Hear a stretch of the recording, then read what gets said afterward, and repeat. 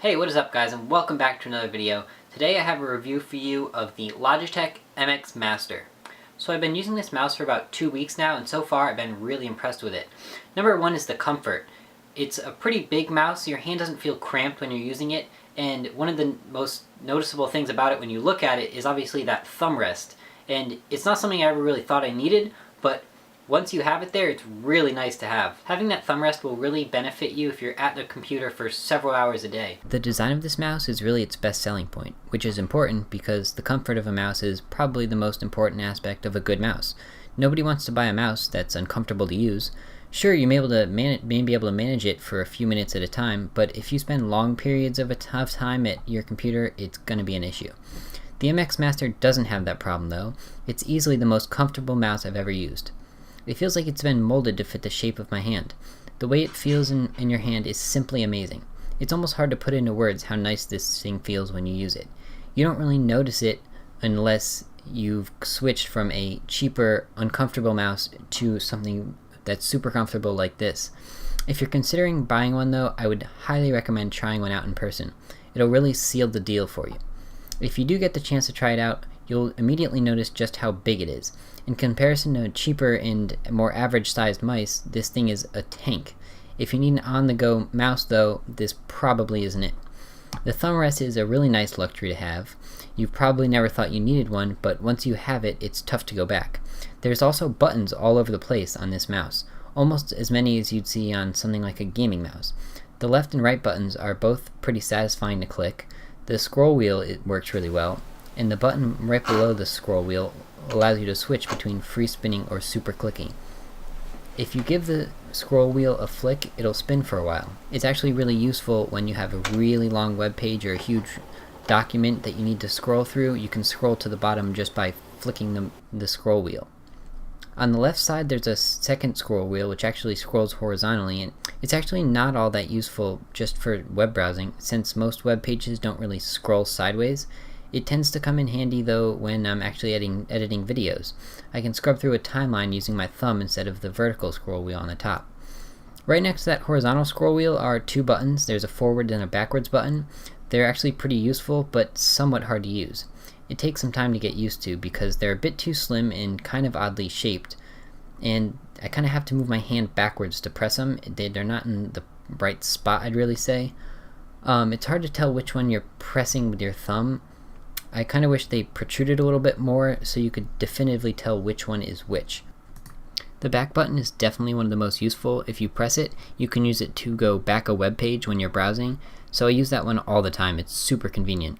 If you look at the front of the mouse, just under the nose of the mouse, I guess you could call it, there's a micro USB port for charging. It's not a Type-C port, which is kind of annoying, but this thing came out a few years ago before Type-C really hit the market.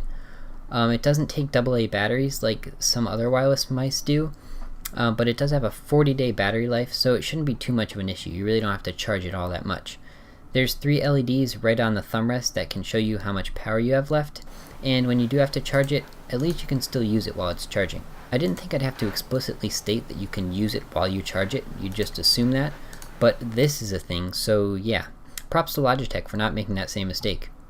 Anyway, the bottom of the mouse is pretty boring. It's just an on-off switch and a button that switches what device the mouse is paired with, which brings me to my next topic, which is connectivity. The MX Master is a Bluetooth mouse, so you don't have to deal with their little dongle. You can still pair it with the dongle. They call it the unifying receiver, and you can use it if you want it, but I really wouldn't bother with it. The device does support Bluetooth pairing with up to 3 devices at once, and you can press the button on the bottom to switch between them.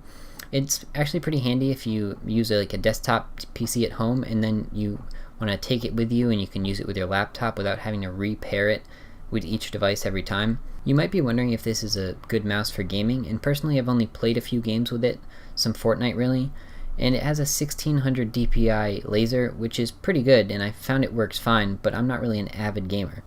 Logitech's website says the MX Master is meant for professional use, so if you're really looking for something specifically for gaming, I'd recommend getting a gaming mouse. But obviously I really like this mouse, and it took me a while to narrow down what my favorite feature was, and as it turned out, the best thing about this mouse is something that I didn't even know it had. I didn't buy it because of this feature, but the customization is just incredible on this mouse. All those extra buttons on here that your average mouse doesn't have, they're all completely customizable and can be programmed to do a ton of different functions. You have to download the software to set up the mouse, and I'd highly recommend it. It's called Logitech Options. This program allows you to change the functionality of pretty much every button on the mouse.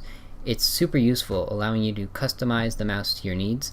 I mentioned the horizontal scroll wheel isn't really that useful because websites don't really scroll sideways, but you can reprogram it to switch between tabs in your browser or switch applications on your desktop, or even switch between your desktops. The forward and back buttons on the side can also be programmed with like 100 different options to choose from, including opening up specific programs. So you could have a dedicated button that will open up something like the calculator or the sticky notes. If you happen to use something a lot, you can have a button right on your mouse that will open that up every time. The coolest button though is actually the one that's hidden. Seriously, I didn't even know it was there for almost a full week of using it until I accidentally pressed it. It's inside of the thumb rest, and they call it the gesture button.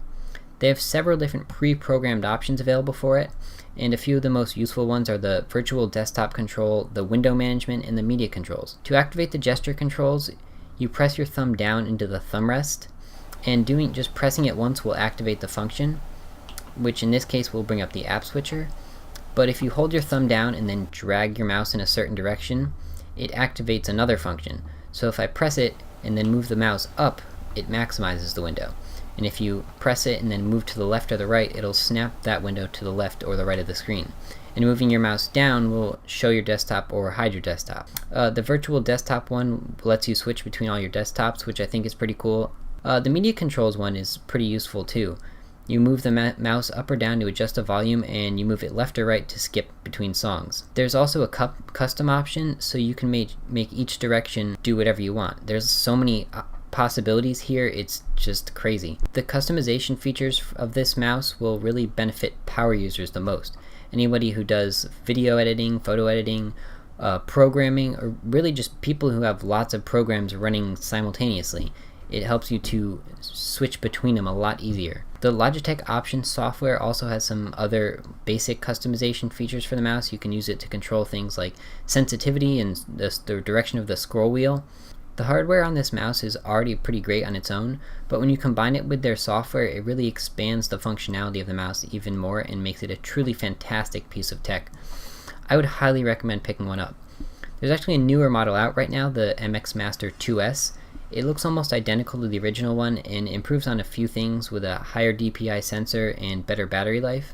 Normally I would say with small improvements like that, it's not really worth your extra money, but they're really close in price. If you look on Amazon, you can get the original one for about $70 and the 2S for $80.